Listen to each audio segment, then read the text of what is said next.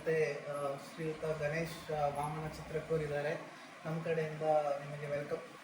So ಇವತ್ತು ನಾವೊಂದು podcast ಇವ್ರ ಜೊತೆ ಮಾಡಬೇಕು ಅಂದ್ಕೊಂಡು ಇವತ್ತು ಮಾಮನ ಮನೆಗೆ ಬಂದಿದ್ದೀನಿ. ಅಂದರೆ ನಮ್ಮ ಪಾಡ್ಕ್ಯಾಸ್ಟಲ್ಲಿ ಮೋಸ್ಟ್ಲಿ ನಾವು ಇಂಗ್ಲೀಷ್ ಮತ್ತು ಕನ್ನಡದಲ್ಲೇ ಸಂದರ್ಶನ ಮಾಡೋಣ. ಆ್ಯಂಡ್ ನಾವು ನಾವು ಎಲ್ಲಿಂದ ಸ್ಟಾರ್ಟ್ ಮಾಡೋಣ ಅಂದರೆ ನಿಮ್ಮ ಬಾಲ್ಯದ ಜೀವನದಿಂದಲೇ ಸ್ಟಾರ್ಟ್ ಮಾಡೋಣ. ಸೊ ನಾನು ನಿಮಗೆ ಅಜ್ಜ ಅಂತಲೇ ಕರಿತೀನಿ ಈ ಪಾಡ್ಕಾಸ್ಟಲ್ಲಿ. ಸೊ ನೀವು ನಿಮ್ಮ ಹಳೆ ನೆನಪು, ನಿಮ್ಮ ಚಿಕ್ಕವರಿದ್ದಾಗ ಇದ್ದ ಮೆಮೊರೀಸು ಅದೆಲ್ಲನೂ ನಾನು ನಿಮ್ಮಿಂದ ತಿಳ್ಕೊಳ್ಳೋಕ್ಕೆ ಇಷ್ಟಪಡ್ತೀನಿ. ಸೊ ಒಂದೊಂದಾಗಿ ನಾನು ಪ್ರಶ್ನೆ ಕೇಳ್ತೀನಿ, ನೀವು ಅದಕ್ಕೆ ನಿಮಗೆ ಇರೋ ಆ ನೆನಪುಗಳನ್ನ ನೀವು ನೆನೆಸ್ಕೊತ ನನಗೆ ಈ ಪಾಡ್ಕಾಸ್ಟಲ್ಲಿ ಹೇಳ್ಬೋದು. ಸೊ ಮೊದಲನೇ ಕ್ವಶನ್ ಏನಂದರೆ, ನೀವು ನಿಮ್ಮ ಬೇಸಿಕ್ ಡೀಟೇಲ್ಸ್, ಲೈಕ್ ನೀವು ಹುಟ್ಟಿದ್ದಲ್ಲಿ ನಿಮ್ಮ ತಂದೆ ಹೆಸರು, ತಂದೆ ತಾಯಿ ಹೆಸರು, ನಿಮ್ಮ ಜೊತೆ ನಿಮ್ಮ ಕಸಿನ್ಸ್, ನಿಮ್ಮ ಅಕ್ಕ ತಮ್ಮಂದರು, ಅಣ್ಣ, ಇವ್ರ ಬಗ್ಗೆ ಎಲ್ಲ ಒಂದು ಬ್ರೀಫಾಗಿ ಹೇಳ್ಬೋದಾ? ಹೇಳ್ತೀನಿ. ಮೊದಲನೇದಾಗಿ ಶ್ರೀಪೂರ್ಣ ಅವರೇ, ನನ್ನ ತಂದೆ ಮಾತುಗಳು. ನೀವು ಕೇಳಿದಂತೆ ನನ್ನ ಹೆಸರು ಗಣೇಶ್. ಇದು ನಾನು ಹುಟ್ಟಿದ್ದು ಒಂದು ದೊಡ್ಡ ಅವಿಭಕ್ತ ಕುಟುಂಬದಲ್ಲಿ. ನಮ್ಮ ಊರು ಸಿದ್ದಾಪುರ ಅಂದರೆ ಸಿದ್ದಾಪುರ, ಕರ್ನಾಟಕದ ಒಂದು ಉತ್ತರ ಕನ್ನಡ ಜಿಲ್ಲೆಯಲ್ಲಿ. ಅಲ್ಲಿ ನಮ್ಮ ಮುತ್ತಜ್ಜ ಶೇಷಪ್ಪ ಅಂತಿದ್ದರು, ಶೇಷಪ್ಪ ಶರ್ಮಾ ಅಂತ ಅವರಿಗೆ ಸಿದ್ದಮ್ಮಾಜಿಯವರು ಸಾಮಂತರಾಗಿ ತೆಗೆದುಕೊಂಡಿದ್ದರು. ಹಾಗೆ ಅವರು ನಮಗೆ ಒಂದು ಜಾಗವನ್ನು ದಾನವಾಗಿ ಕೊಟ್ಟಿದ್ದರು. ಅದು ಒಂದು 350 ವರ್ಷದ ಹಿಂದಿನ ಮನೆ ಇತ್ತು ಅಲ್ಲಿ ನಾನು, ನಮ್ಮ ದೊಡ್ಡ ಕುಟುಂಬ, ನಮ್ಮ ತಂದೆಯ ಹೆಸರು ಶ್ರೀ ವಾಮನ್ ಚಿದಂಬರ ಜೊತೆ, ನಮ್ಮ ಅಜ್ಜನ ಹೆಸರು ಚಿದಂಬರು, ಮುತ್ತಜ್ಜನ ಹೆಸರು ಶೇಷಪ್ಪ, ಮನೆಯ ಹೆಸರು ಚಿತ್ರಕನ್ಯ. ನಮ್ಮ ಕಲೆಯಲ್ಲಿ ಪ್ರಸಿದ್ಧವಾದ ನಮ್ಮ ಕುಟುಂಬ ಕಲೆಯೇ ಜೀವನವನ್ನಾಗಿಟ್ಟುಕೊಂಡು ನಾವು ಮೂಲತಃ ಒಂದು ಕ್ಷಾತ್ರ ಧರ್ಮದಲ್ಲಿದ್ದರಿಂದ ಸಿದ್ದಮ್ಮಾಜಿಯ ಸಾಮಂತರಾಗಿದ್ದೀನಿ. ಅಲ್ಲಿ ನಮಗೆ ತುಂಬ ಬೆಲೆ ಇತ್ತು. ಆ ಊರಲ್ಲಿ ನಾವೇ ಮೊದಲಿನ 3-4 ಕುಟುಂಬಗಳಲ್ಲಿ ಮುಖ್ಯವಾದ ಕುಟುಂಬ ನಮಗೆ. ಇನ್ನು ನನ್ನ ಜನನ ಅಲ್ಲಿ ಸಿದ್ದಾಪುರದಲ್ಲಿ 1949 ನವೆಂಬರ್ 11ರಂದು ನನ್ನ ಜನ್ಮವಾಯಿತು. ನಮ್ಮ ತಾಯಿ ಕುಮಟಾದಿಂದ ಬಂದವರು. ಕುಮಟಾದವರು ಒಂದು ಒಳ್ಳೆಯ ಮನೆತನದಿಂದ, ಅವರು ಒಂದು ಬುದ್ಧಿವಂತ ಮನೆಯಾಗಿದ್ದರು. ನಮ್ಮ ತಾಯಿ ಹೆಸರು ಶ್ರೀಮತಿ ಇಂದಿರಾಬಾಯಿ, ತಂದೆಯವರ ಹೆಸರು ವಾಮನ್ ಚಿದಂಬರ ಚಿತ್ರಕ, ನಾನು ಗಣೇಶ್ ಅಂತ ಆಯ್ತಲ್ಲ. ಇದು ನನಗೆ ಮನೆಯಲ್ಲಿ ನನ್ನ ಮೂಲ ಜನ್ಮನಾಮ ಕೋದಂಡರಾಮ, ರೂಢನಾಮ ಗಣೇಶ್ ಚಿತ್ರಕ. ಬಾಲ್ಯದ ನೀವು ಹುಟ್ಟೂರು, ನೀವು ಹುಟ್ಟಿದ ಸ್ಥಳ ಕೇಳಿ ತುಂಬ ಖುಷಿ ಆಯಿತು. ಸಿದ್ದಾಪುರ, ನಾನು ಹುಟ್ಟಿದ್ದು ಸಿರ್ಸಿನಲ್ಲೇ, ಸಿದ್ದಾಪುರದ ಹತ್ರನೇ. ನೀವು ಮಲೆನಾಡು ಜೀವನದಲ್ಲೇ ಬೆಳೆದು ಬಂದಿರೋ ಹಾಗೆ ಅನಿಸ್ತದೆ.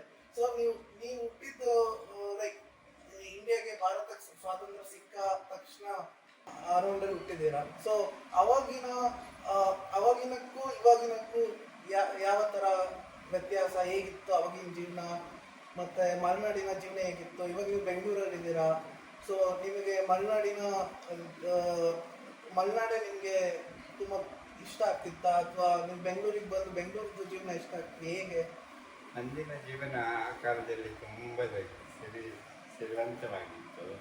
ಎಲ್ಲೆಲ್ಲೂ ಹಸಿರು, ಮಳೆಗಾಲದಲ್ಲಿ 4 ತಿಂಗಳು ತುಂಬ ಮಳೆ.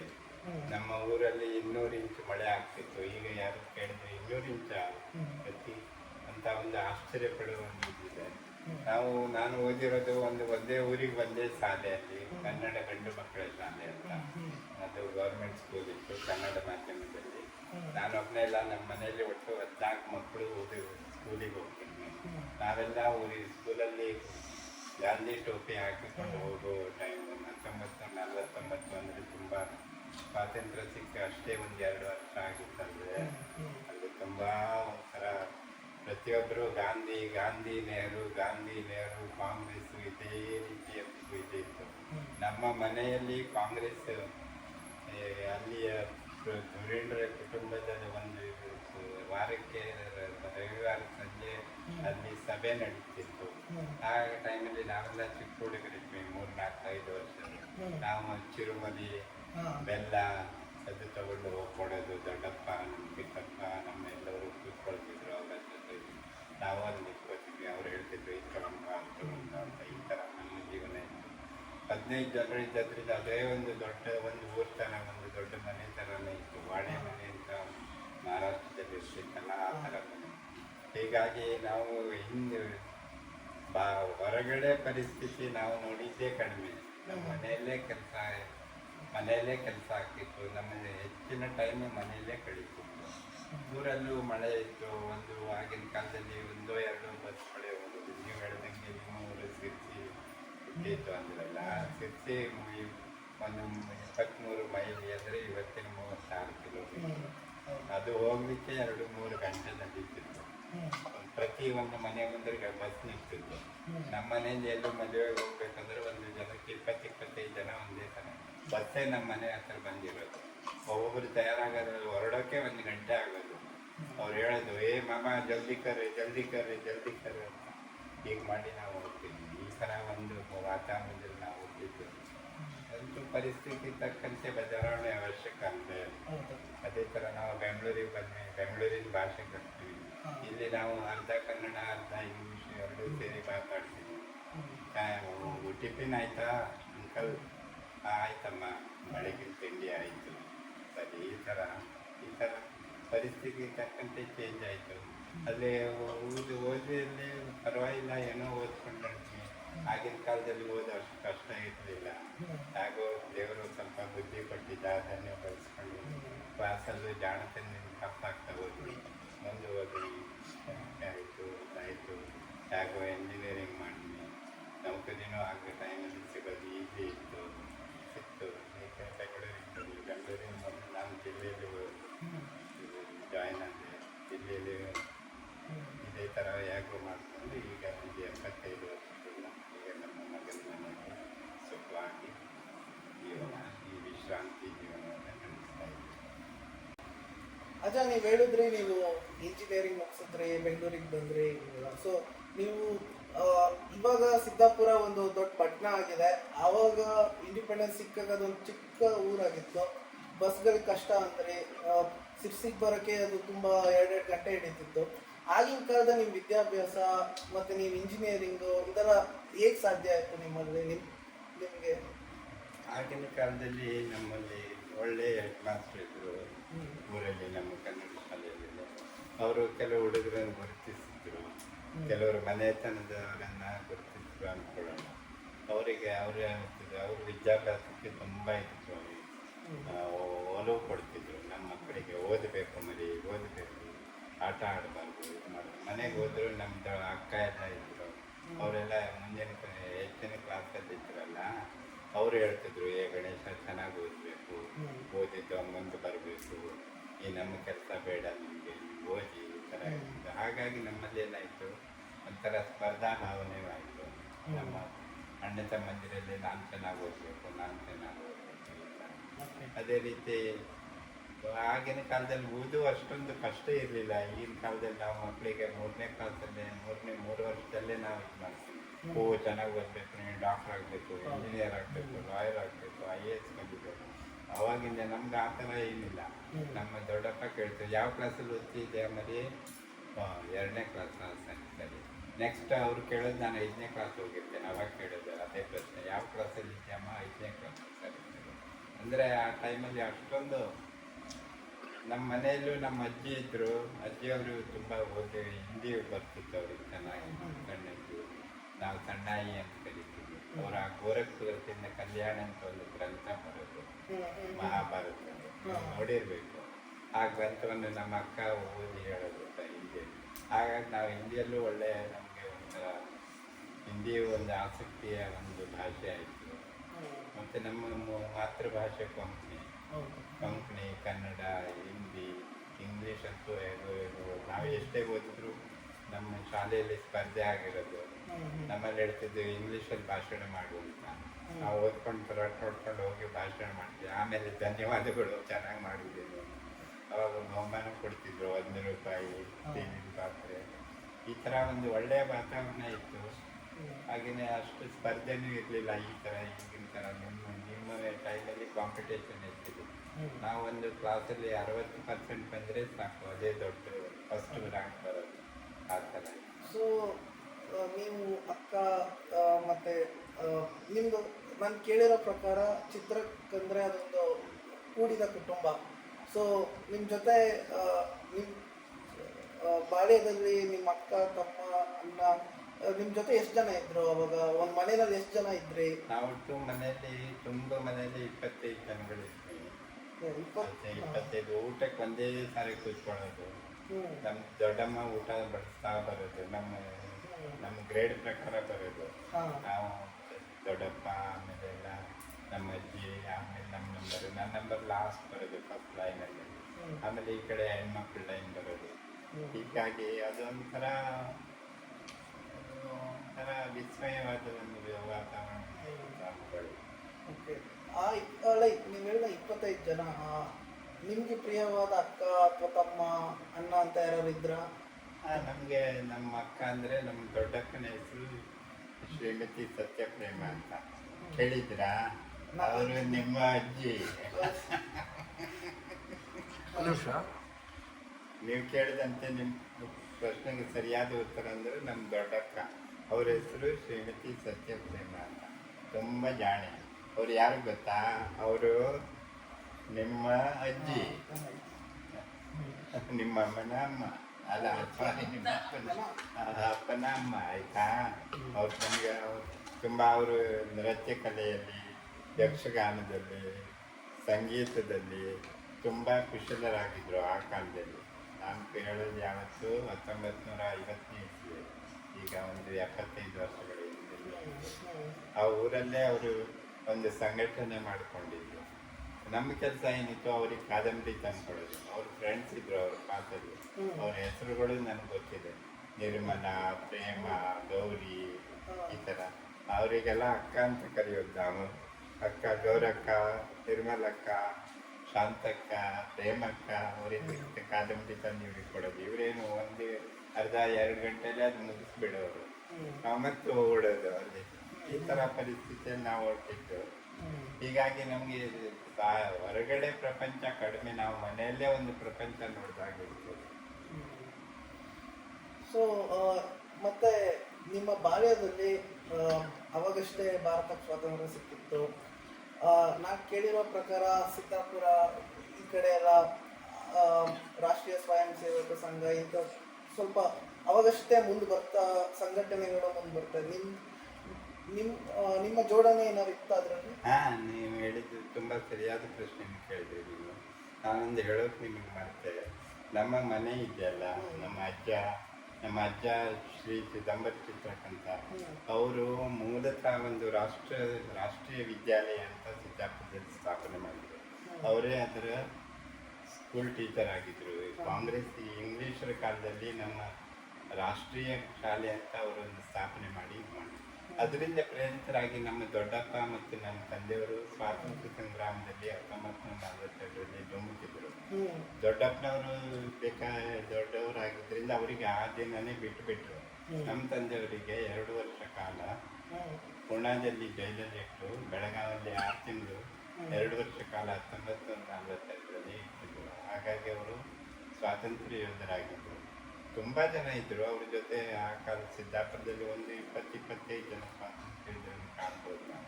ಅಲ್ಲಿ ಸಂಘಟನೆ ತುಂಬ ಚೆನ್ನಾಗಿತ್ತು. ಉತ್ತರ ಕನ್ನಡ ಜಿಲ್ಲೆಯಲ್ಲಿ ಅಂಕೋಲಾ ಮತ್ತು ಸಿದ್ದಾಪುರ ಇದು ಕರ್ನಾಟಕದ ಬಾರ್ಡೋಲಿ ಅಂತ ಪ್ರಸಿದ್ಧವಾಗಿದೆ. ಇದು ನಮ್ಮ ಗುಡಿಗ ಸಮಾಜಕ್ಕೆ ಒಂದು ಹೆಮ್ಮೆಯ ಸಂಗತಿ.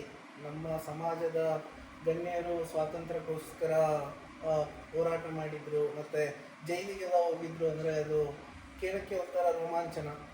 ಮತ್ತು ಸೊ ಆಗಿನ ದಿನಗಳಲ್ಲಿ ನಿಮ್ಮ ತಂದೆಯವರ ಜೊತೆ ನಿಮ್ಮ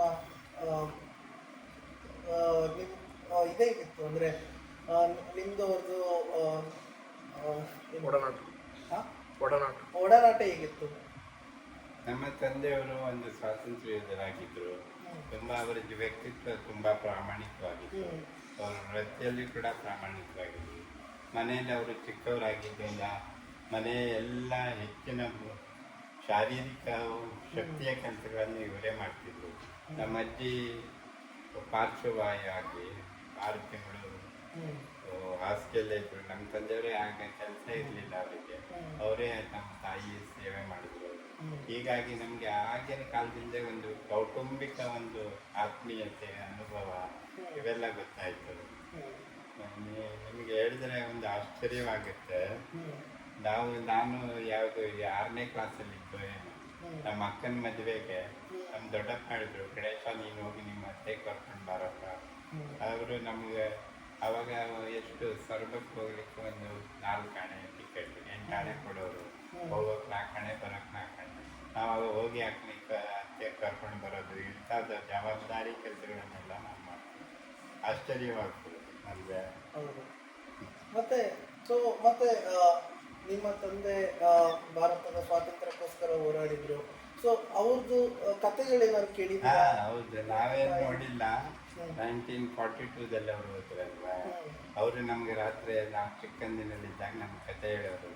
ಈ ಥರ ನಾನು ಊರಲ್ಲಿ ದೊಡ್ಡ ಮೆರವಣಿಗೆಯಲ್ಲಿದ್ದಾಗ ನಾವು ಜೈ ಹಿಂದೂಸ್ತಾನ್, ಜೈ ಭಾರತ್, ಜೈ ಗಾಂಧೀಜಿ ಅಂದಾಗ ಪೊಲೀಸರು ಬಂದು ನಮಗೆ ಹಿಡ್ಕೊಂಡು ಹೋದ್ರು.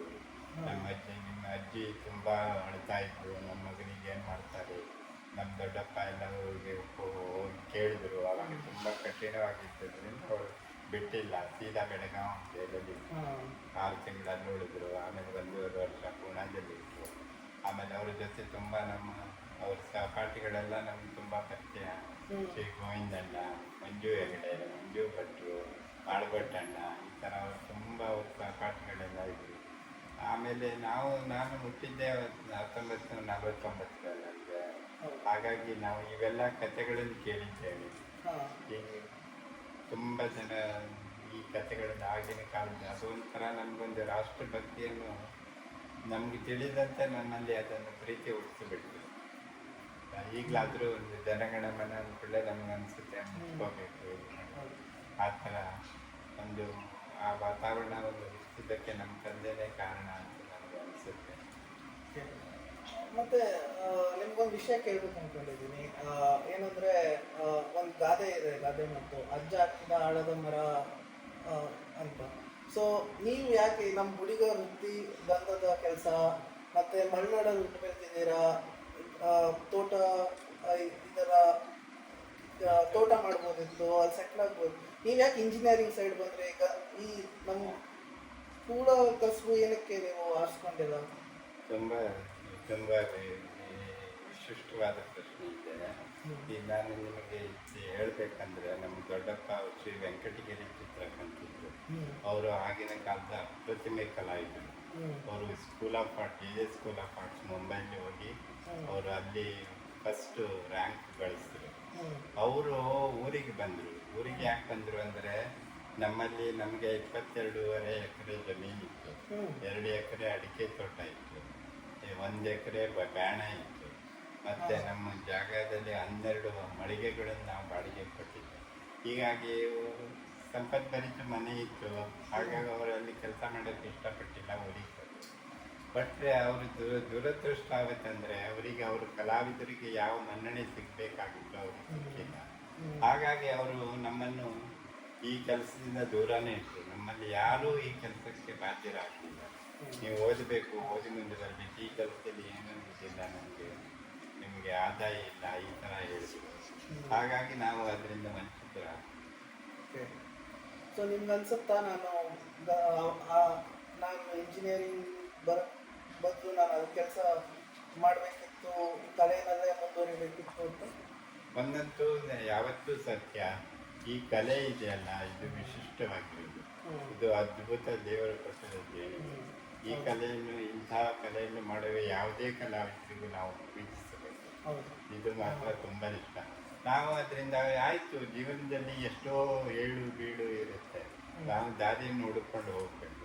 ಈಗ ಆಯಿತು, ಈ ದಾರಿಯಲ್ಲಿ ಬಂದ್ವಿ, ಇಂಜಿನಿಯರಿಂಗ್ ಮಾಡಿದ್ವಿ, ಇದರಲ್ಲೇ ಯಶಸ್ಸು ಗಳಿಸ್ತು.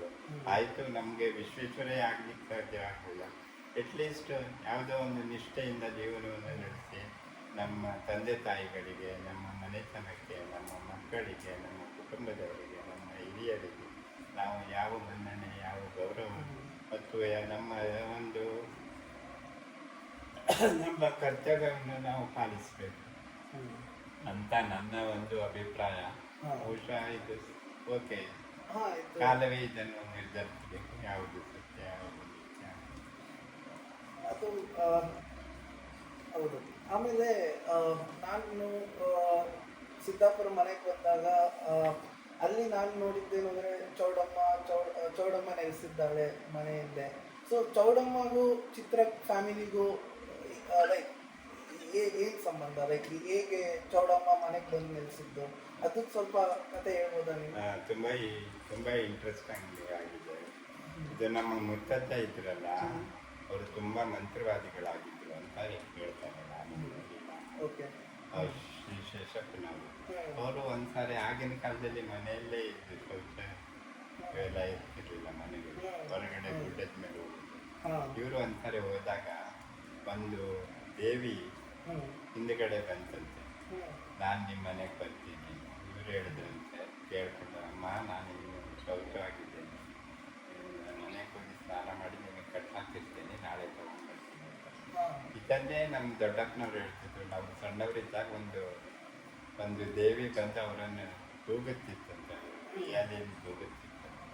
ಈ ಥರ ನಾನು ಕೇಳಿದ್ದೀನಿ ನಮ್ಮ ಅತ್ತೆಯಂದಿರಿಂದ, ನಮ್ಮ ದೊಡ್ಡಪ್ಪನಿಂದ, ನಮ್ಮ ತಂದೆಯವರಿಂದ. ಈ ಕಥೆಯನ್ನು ಕೇಳಿ ನಾನೇನು ನೋಡಿಲ್ಲ, ಬಟ್ ನನಗೆ ಅನುಭವ ಆಗಿದೆ. ಮನೇಲಿ ಒಂದ್ಸಾರಿ ಮಲಗಿದಾಗ ಬೆಳಿಗ್ಗೆ 4 ಗಂಟೆಗೆ ಎದ್ದಾಗ ಹಿತ್ತಲ ಬಾಗಿಲು ತಾನೇ ಓಪನ್ ಆಯಿತು. ನಾನು ಅದೇ ರೀತಿ ನಮ್ಮ ನಾನು ದಿಲ್ಲಿಯಲ್ಲಿದ್ದಾಗ ನಮ್ಮ ಅಣ್ಣ ಫಸ್ಟ್ ಟೈಮ್ ದಿಲ್ಲಿಯಲ್ಲಿ ಒಂದು ಗಣಪತಿ ವಿಗ್ರಹ ಮಾಡಿ, ಅದು ನನ್ನ ಮನೆಯಲ್ಲೇ ಮಾಡಿ. ನಿಮ್ಮ ಅಣ್ಣ ಅಂದರೆ ಯಾರು? ಶ್ರೀ ಅಣ್ಣಪ್ಪ ಚಿತ್ರಕ್ ಅಂತ. ಅವರು ದೊಡ್ಡ ಕಲಾವಿದರು, ತುಂಬ ದೊಡ್ಡ ಹೆಸರಾಂತವರು. ಸ್ಕೂಲ್ ಆಫ್ ಆರ್ಟ್ಸಲ್ಲಿ ಗೋಲ್ಡ್ ಮೆಡಲಿಸ್ಟ್ ಆಗಿ ಪದವೀಧರರಾದರು. ಅವರು ದೆಹಲಿಯಲ್ಲೇ ನೆಲೆಸಿದ್ದಾರೆ. ಆಮೇಲೆ ಅವರು ಗಣಪತಿ ಮಾಡಿದಾಗ ಅದು ಕಾಯ್ಲಿಕ್ಕೆ ಅಂತ ಒಂದು ದೇವಿ ಅಲ್ಲಿತ್ತು. ನಾನು ಚತುರ್ಥಿ ದಿನ ಮೊದಲನೇದು ಬಾಗಿಲು ತೆಗೆದು ಹೊರಗಡೆ ಹೋಯ್ತು. ನನಗೆ ಮೈ ಜುಮ್ಮಾಯಿತು. ಬಟ್ ಆ ಥರ ಒಂದು ಅನುಭವ ಇದೆ ನನಗೆ. ಅಂದರೆ ನಾನು ಈ ಚೌಡಮ್ಮ ಅನ್ನೋ ವಿಷಯದಲ್ಲಿ ನಾನು ನಂಬುತ್ತೇನೆ. ನನ್ನ ಮಗನೂ ಎಷ್ಟೋ ಸಾರಿ ಹೇಳಿದ್ದಾನೆ, ಓ ಪಾಪ ನಾನು ಊರಲ್ಲಿ ಚೌಡಮ್ಮ ನೋಡಿದ್ದೀನಿ, ಚೌಡಮ್ಮ. ನನಗೆ ಒಂಥರ ಆಶ್ಚರ್ಯವಾದ ಇದರಲ್ಲಿ ಏನೋ ಒಂದು ವಿಶಿಷ್ಟತೆ ಇದೆ ಅಂತ ನನಗೆ ಖಂಡಿತ ಅನಿಸುತ್ತೆ. ನೀವು ಆ ಮನೆಯಲ್ಲಿ ಓಡಾಡಿದ್ರಲ್ವಾ, ನಿಮ್ಗೆ ನನಗೂ ಒಂದ್ಸತಿ ಅನುಭವ ಆಗಿತ್ತು ಅನ್ಸುತ್ತೆ. ಅದು ಚೌಡಮ್ಮನ ಅನುಭವ ಆಗಿತ್ತು. ನಾನು ಒಂದು ನೈಟ್ ಅವತ್ತು ಸಾಕಿ ಮದುವೆನಲ್ಲಿ 2 ಮೇಲ್ಗಡೆ ಮಲಗಿದಾಗ ಯಾರೋ ಬಂದು ನಿಂತಿದ್ದ ದೃಶ್ಯ ಥರ ಇತ್ತು. ನಾನು ಮಾಮಂಗೆ ಎಬ್ಸಿದ್ದೆ. ಬಟ್ ಅದೊಂಥರ ಭ್ರಮೆ ಅಂತ ಅನಿಸಿತ್ತು. ಬಟ್ ನನಗೆ ನಂಬಿಕೆ ಇದೆ ಅದು ಚೌಡಮ್ಮನೆ ಅಂತ. ಆಶೀರ್ವಾದ ಆಗಿತ್ತು ನನಗೆ. ಸತ್ಯ ಇದೆ ಅನ್ಸುತ್ತೆ. ಯಾಕೆ ಗೊತ್ತಾ, ನಮ್ಮ ದೊಡ್ಡಪ್ಪನ ವಿಷಯ ಹೇಳಿದ್ನಲ್ಲ, ಚಿದಂಬರ ಚಿತ್ರಕಂತ, ಇವರೊಬ್ರು ದೊಡ್ಡ ಸಂತರು. ಇವರು 50 ವರ್ಷದಿಂದ ಮನೆ ಬಿಟ್ಟು ಹೊರಗಡೆ ಹೋಗಿಲ್ಲ. ಬಟ್ ಅದಕ್ಕೆ ಕಾರಣ ಇವ್ರದ್ದು ಆಧ್ಯಾತ್ಮಿಕ ಜೀವನ. ಇನ್ನೊಂದು ಕಾರಣ ಇವ್ರ ತಮ್ಮಂದಿರು ತಂಗಿಯಂದಿರು ಅಷ್ಟೇ ನಿಷ್ಠರಾಗಿದ್ದರು. ಅವ್ರಿಗೆ ಯಾವುದೇ ತೊಂದರೆ ಆಗದೆ ಅಂತ ನೋಡಿಕೊಂಡು ತಮ್ಮಂದಿರು ತಂಗಿಯಂದಿರು. ಹೀಗಾಗಿ ಅವರಿಗೆ ಆ ಬದುಕು ಸಾಗಲು ಅವರಿಗೆ ಒಂದು ಸಾಧ್ಯವಾಯಿತು. ಹೀಗಾಗಿ ಆ ಮನೆಯಲ್ಲಿ ಒಂಥರ ದೇವಾಂಶವು ಇದೆ, ದೇವಿ ಶಕ್ತಿ ಇದೆ ಅಂತ ನನಗೆ ಅನಿಸುತ್ತೆ. ನಿಮಗೂ ಅದು ಅನುಭವ ಆಗಿದ್ರಲ್ಲಿ ಆಶ್ಚರ್ಯವೇನಿಲ್ಲ ಅಂತ ನನಗೆ ಅನಿಸುತ್ತೆ. ಆಮೇಲೆ ನಾನು ಇದು ನಮ್ಮ ತಂದೆಯಿಂದ ಕೇಳಿದ್ದು, ಲೈಕ್ ಅವಾಗಿನ ಮುಖ್ಯಮಂತ್ರಿ ರಾಮಕೃಷ್ಣ ಹೆಗಡೆ ಮತ್ತು ನಮ್ಮ ಚಿತ್ರ ಫ್ಯಾಮಿಲಿಗೂ ನಂಟಿತ್ತು, ಅವರು ಗುರ್ತಿದ್ರು. ಇದ್ರ ಬಗ್ಗೆ ನೀವೇನಾದ್ರು ಹೇಳ್ಬೋದಾ? ನೀವು ಕೇಳಿದ್ರಿಂದ ಹೇಳಲೇಬೇಕಾಯ್ತು. ಈ ಶ್ರೀ ರಾಮಕೃಷ್ಣ ಹೆಗಡೆ ಅವರು ಇದ್ದಾರಲ್ಲ, ಅವ್ರ ಮನೆಗೂ ನಮ್ಮ ಮನೆಗೂ ಈ ಕಾಂಗ್ರೆಸ್ ಬಾಂಧವ್ಯ ತುಂಬವಾಗಿತ್ತು. ಅಷ್ಟೇ ಅಲ್ಲದೆ ಶ್ರೀ ರಾಮಕೃಷ್ಣ ಹೆಗಡೆ ಅವರು ನಮ್ಮ ತಂದೆಯವರ ಅತಿ ಆತ್ಮೀಯ ಸ್ನೇಹಿತರು. ಅವರು ತುಂಬ ದೊಡ್ಡ ಮನುಷ್ಯರು, ಸ್ನೇಹಿತರು ಅನ್ನೋಕ್ಕಿಂತ ಆತ್ಮೀಯರಾಗಿದ್ದರು ಅಂತ ಹೇಳೋಕ್ಕೆ ಇಷ್ಟಪಡುತ್ತೇನೆ. ಇನ್ನೊಂದು, ನಾನು ಮ್ಯಾಟ್ರಿಕ್ಯುಲೇಷನಲ್ಲಿ ನನಗೆ ರ್ಯಾಂಕ್ ಬಂತು. ಫಸ್ಟ್ ಇಯರಲ್ಲಿ ನನಗೆ ಸ್ವಲ್ಪ ಮಾರ್ಕ್ಸ್ ಕಡಿಮೆ ಆಯಿತು. ಯಾಕಂದರೆ ಆ ರ್ಯಾಂಕಲ್ಲೇ ಉಳ್ಕೊಂಡ್ಬಿಟ್ಟೆ. 1 ಮಾರ್ಕಿಂದ ನನಗೆ ಗೌರ್ಮೆಂಟ್ ಸೀಟ್ ಸಿಕ್ಕಿಲ್ಲ. ಆಗ ನಮ್ಮ ರಾಮಕೃಷ್ಣ ಹೆಗಡೆ ಅವರು ಇಲ್ಲಿ ಆರ್ಥಿಕ ಪ್ರಧಾನಿ ಫೈನಾನ್ಸ್ ಮಿನಿಸ್ಟರ್ ಆಗಿದ್ರು. ಅವರು ನನಗೆ ಒಂದು ಫ್ರೀ ಸೀಟು ಮಂಡ್ಯದಲ್ಲಿ ಕೊಡಿಸಿದ್ರು. ಆದ್ದರಿಂದಲೇ ನಾನು 5 ವರ್ಷ 1 ಪೈಸಾ ಫೀಸ್ ತುಂಬದೆ ನಾನು ನನ್ನ ಇಂಜಿನಿಯರಿಂಗ್ ಕಂಪ್ಲೀಟ್ ಮಾಡಿದೆ. ಅದಕ್ಕೂ ಒಂದು ಚಮತ್ಕಾರಕ ವಿಷಯ ನಿಮ್ಗೆ ತಿಳಿಸ್ತೇನೆ. 5ನೇ ವರ್ಷದಲ್ಲಿ ನಮ್ಮ ಪ್ರಿನ್ಸಿಪಾಲ್ ಚೇಂಜ್ ಆದರು. ಅವರು ನನ್ನ ಇದು ಫೈಲ್ ನೋಡಿ ಹೇಳಿದ್ರು, ಈ ಗಣೇಶ್ ಚಿತ್ರಕ್ಕೆ ಇವರು 5 ವರ್ಷದಿಂದ ಫೀಸ್ ಕಟ್ಟಿದ್ರೆ ನಿಮ್ಗೆ ಹಾಲ್ ಟಿಕೆಟ್ ಕೊಡಲ್ಲ ಅಂತ ಫೈನಲ್ ಇಯರ್ ಎಕ್ಸಾಮ್ 15 ದಿನ ಮುಂಚೆ ಹೇಳ್ಬಿಟ್ರು. ಏನು ಮಾಡೋದು? ನನಗಂತೂ ಕಷ್ಟ ಆಯಿತು. ನಾನು ಸೀದಾ ಏನು ಮಾಡಿದೆ, ಮಂಡ್ಯದಿಂದ ಬೆಂಗಳೂರಿಗೆ ಒಂದು ಪ್ಯಾಸೆಂಜರ್ ಟ್ರೈನ್ ಬರೋದು, 1:20 ಬಿಡೋದು, ಟಿಕೆಟ್ ₹1.30 ಏನೋ ಇತ್ತು. ಸೀದಾ 5 ಗಂಟೆಗೆ ಬಂದೆ. ಇಲ್ಲಿ ನಮ್ಮ ಸೋದರ ಮಾವನವರಿದ್ದರು, ಅವ್ರಿಗೆ ಹೇಳಿದೆ ಹೀಗೆ ರಾಮಕೃಷ್ಣ ಮನೆಗೆ ಹೋಗಿ ಕರ್ಕೊಂಡೋದ್ರು. ಅವರು ಮೀಟಿಂಗಲ್ಲಿದ್ದರು. ಹೊರಗಡೆ ಬಂದರು. ಹೊರಗಡೆ ಯಾಕೆ ಬಂದರೆ, ಗಣೇಶ ಯಾಕೆ ಬಂದಿಯಪ್ಪ ಇಲ್ಲಿ ಅಂತಂದರು. ಇಲ್ಲ ಸರ್, ಈ ಥರ ಹೋಗು, ಎಕ್ಸಾಮ್ ಇರ್ತದೆ, ಹೋಗು ಓದ್ಕೋ, ಇಲ್ಲೇನು ಮಾಡ್ತೀಯ ಅಂದರು. ನನಗೆ ಗೊತ್ತಾಯಿತು, ಇವರೇನೋ ಪರವಾಗಿಲ್ಲ, ಇದು ನನ್ನ ಕೆಲಸ ಆಯಿತು ಅಂದೆ. ಸೀದಾ ಕಲ್ಪನಾ ಟಾಕೀಸಿಗೆ ಹೋಗಿ ಸೆಕೆಂಡ್ ಶೋ ಒಂದು ಪಿಕ್ಚರ್ ನೋಡಿದೆ. ಯಾವ ಪಿಕ್ಚರ್? ಅದು ನೆನಪಿಲ್ಲ. ಹಿಂದಿ ಪಿಕ್ಚರ್, ಯಾವುದೋ ಒಂದು ಹಿಂದಿ ಪಿಕ್ಚರ್ ನೋಡಿದೆ. 12 ಗಂಟೆಗೆ ಅದೇ ಪ್ಯಾಸೆಂಜರ್ ಹೋಗೋದು. ಬೆಳಗ್ಗೆ 4 ಗಂಟೆಗೆ ಹೋಗಿ ಕಾಲೇಜಿಗೆ ಹೋದೆ 8 ಗಂಟೆಗೆ. ಎಲ್ಲರೂ ಹೊರಗಡೆ ಬಂದು, ಏನು ಸರ್ ನೀವು ಹೇಳೇ ಇಲ್ಲ, ಗಣೇಶ್ ಚಿತ್ರಕ್ಕೆ ನೀವು ಹೇಳೇ ಇಲ್ಲ, ನೀವು ಕೇಳಲಿಲ್ಲ, ನಾನು ಹೇಳಲಿಲ್ಲ ಅಂತಂದೆ. ಹೀಗಾಗಿ ನನ್ನ ಪಯಣ ಅಲ್ಲಿಂದ 1 ಪೈಸಾ ಖರ್ಚಿದ್ದೆ ಮುಗಿಯಿತು. ಅದೇ ಆಮೇಲೆ ನಮ್ಮ ತಂದೆಯವರು ಯಾವತ್ತೂ ಅವ್ರಿಗೆ ಭೇಟಿಯಾದಾಗ ಅವ್ರು ಹೇಳಿದೆ, ಗಣೇಶ್ ಎಲ್ಲಿದ್ದಾನೆ? ಇಲ್ಲ, ಅವನು ಸೆಂಟ್ರಲ್ ಗೌರ್ಮೆಂಟ್ ಜಾಬಲ್ಲಿ ಹೋಗಿಲ್ಲ. ಅಯ್ಯೋ, ಇಲ್ಲೇ ಇದ್ರೆ ಎಲ್ಲಾದರೂ ಒಂದು ಚೇರ್ಮನ್ ಮಾಡ್ತಿದ್ನಲ್ಲ ಅವನಿಗೆ ಅಂತಂದ್ರೆ. ಹಾಗೆ ಏನೋ ಒಂದು ನಡೀತಾ ಜೀವನ. ಸೊ ನಾನು ಇನ್ನೊಂದು ಕೇಳಬೇಕು, ಏನು ಅಂದರೆ ನಮ್ಮ ಗುಡಿಗಾರ್ ಅಂದರೆ ಕಲೆ. ಮತ್ತು ನನ್ನ ಆಫೀಸಲ್ಲೂ ಸ್ವಲ್ಪ ಜನ ಈ ಮಲೆನಾಡು ಕಡೆಯಿಂದೆಲ್ಲ ಇದ್ದಾರೆ, ಲೈಕ್ ಭಟ್ಕಲಿಂದ ಇದರಿಂದ ಎಲ್ಲ. ಅವ್ರಿಗೆ ನಾನು ಗುಡಿಗಾರ ಅಂದರೆ ಅವ್ರಿಗೆ ಏನಂತಾರೆ ಅಂದರೆ, ಹೌದಾ, ನಾವು ಗಣಪತಿನ ಅವ್ರ ಮನೆಯಿಂದನೇ ತರೋದು ಗಣಪತಿ. ಸೊ ನೀವು ಸಿದ್ದಾಪುರದಲ್ಲಿ ನಿಮ್ಮ ಮನೆಯಲ್ಲೇ ಗಣಪತಿನ ಮಾಡಿ ಹಬ್ಬನ ಆಚರಿಸಿ ಬೇರೆಯವ್ರಿಗೂ ಗಣಪತಿ ಮಾಡಿಕೊಟ್ಟು ಈ ನೆನಪುಗಳೇನಾರು ಇದೆಯಾ? ತುಂಬ ನೆನಪಿದೆ. ಈ ಪ್ರತಿ ವರ್ಷ ಗಣಪತಿ ಹಬ್ಬ ಬರೋದಲ್ಲ, ಅವಾಗ ಗಣಪತಿ ಮಾಡೋರು. ನಮ್ಮ ದೊಡ್ಡಪ್ಪ ನನಗೆ ಮತ್ತೆ ಬರೆಯೋದಕ್ಕೆ ಕೊಡೋದು, ಈ ಎಷ್ಟು ಗಣಪತಿ ಮಾಡಿದ್ದೇವೆ, ಎಷ್ಟು ದುಡ್ಡು ಬಂತು ಅಂತ. ಒಂದು ಆಗಿನ ಕಾಲದಲ್ಲಿ ನಾವು ಹೆಚ್ಚು ಒಂದು ಶ್ರೀಮಂತ ಗಣಪತಿ ಅಂದರೆ ₹15 ಒಂದು, ಮತ್ತು ಬಾಕಿ ಗಣಪತಿ ಅಂದರೆ ₹3 ₹5. ಅದರಲ್ಲೂ ದುಡ್ಡು ಕೊಡೋದು ಆಮೇಲೆ 2 ತಿಂಗಳ ನಂತರ ಅವ್ರು ಬಂದು ಇಂತೂ 50-60 ಗಣಪತಿ ಮಾಡ್ತಿದ್ವಿ. ನಮ್ಮ 3 ದೊಡ್ಡಪ್ಪ ಇದ್ದರು, ಅವರು 3 ಜನನೂ ಮಾಡ್ತಿದ್ರು. ನಮ್ಮ ತಂದೆಯವರು ಬಾಕಿ ಎಲ್ಲ ಕೆಲಸ, ಅವರು ಪ್ರಾಪರ್ಟಿ ಸೇವೆ, ಸರ್ಕಾರಿ ಸೇವೆಯಲ್ಲಿದ್ದರಲ್ಲ, ಅವರು ಬಂದು 15 ಜನ ಮಧ್ಯೆ ಬಂದು ಎಲ್ಲ ಕೆಲಸ ಬಾಕಿ ಕೊಡೋದು.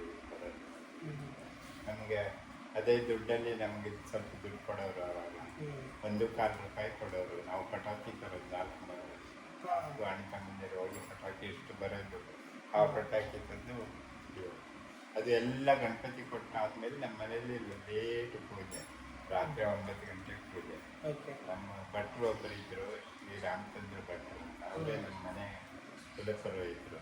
ನಾವು ಅವ್ರಿಗೆ ಕರ್ಕೊಂಡು ಬರೋದು 7 ಗಂಟೆಗೆ ಹೋಗಿ ಅವ್ರಿಗೆ ಕರ್ಕೊಂಡು ಬರೋದು, ತಂದು ಪೂಜೆ ಎಲ್ಲ ಆದಷ್ಟು 10 ಗಂಟೆ ಆಗೋದು, ಊಟ ಎಲ್ಲ ಮುಗಿಸ್ಕೊಂಡು.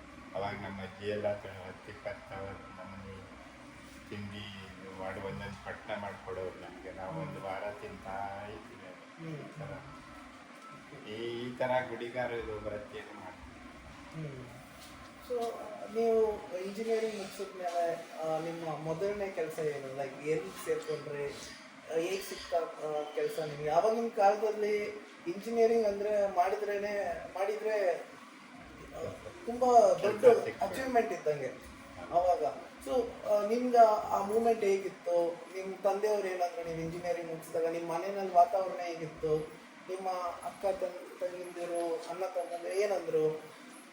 ಅದ್ರ ಬಗ್ಗೆ ಹೇಳ್ಬೋದಾ? ಇಂಜಿನಿಯರಿಂಗ್ ಮುಗಿಸಿದೆ. ಅಲ್ಲಿ ನಮ್ಮ ದೇವರ ದಯದಿಂದ ಸರಿಯಾಗಿ ಗಾಳಿ ನಡೆಯಿತು. ಪ್ರತಿ ವರ್ಷ ಪಾಸ್ ಆಗೋದು.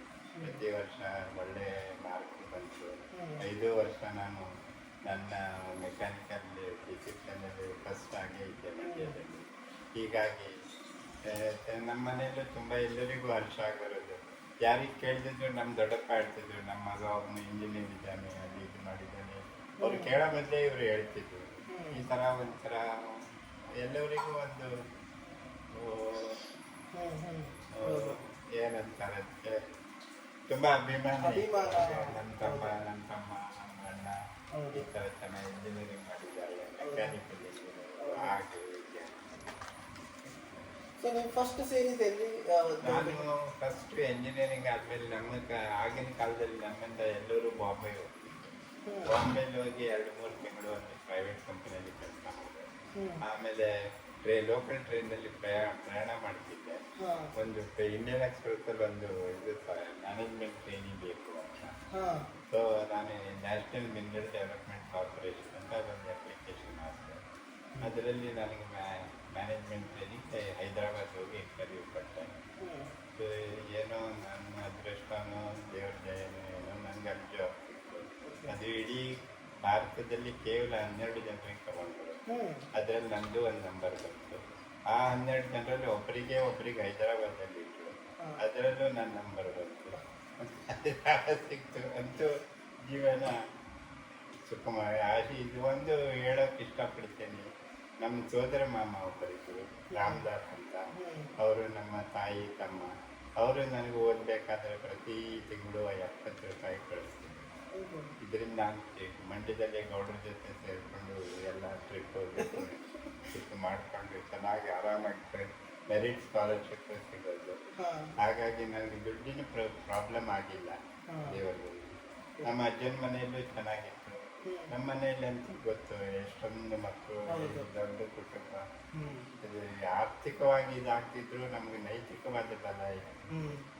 ನಮ್ಮ ಅಜ್ಜನ ಮನೆಯಲ್ಲಿ ಆರ್ಥಿಕ ಬಲನೂ ಇತ್ತು. ನಮ್ಮ ತಂದೆಯವರಿಗೆ ಒಳ್ಳೆ ಹೆಸರಿತ್ತು. ಬ್ರಾಹ್ಮಣಿಕರು, ಪ್ರಾಮಾಣಿಕರು, ನೌಕರರು, ಸ್ವಾತಂತ್ರ್ಯಗಳು.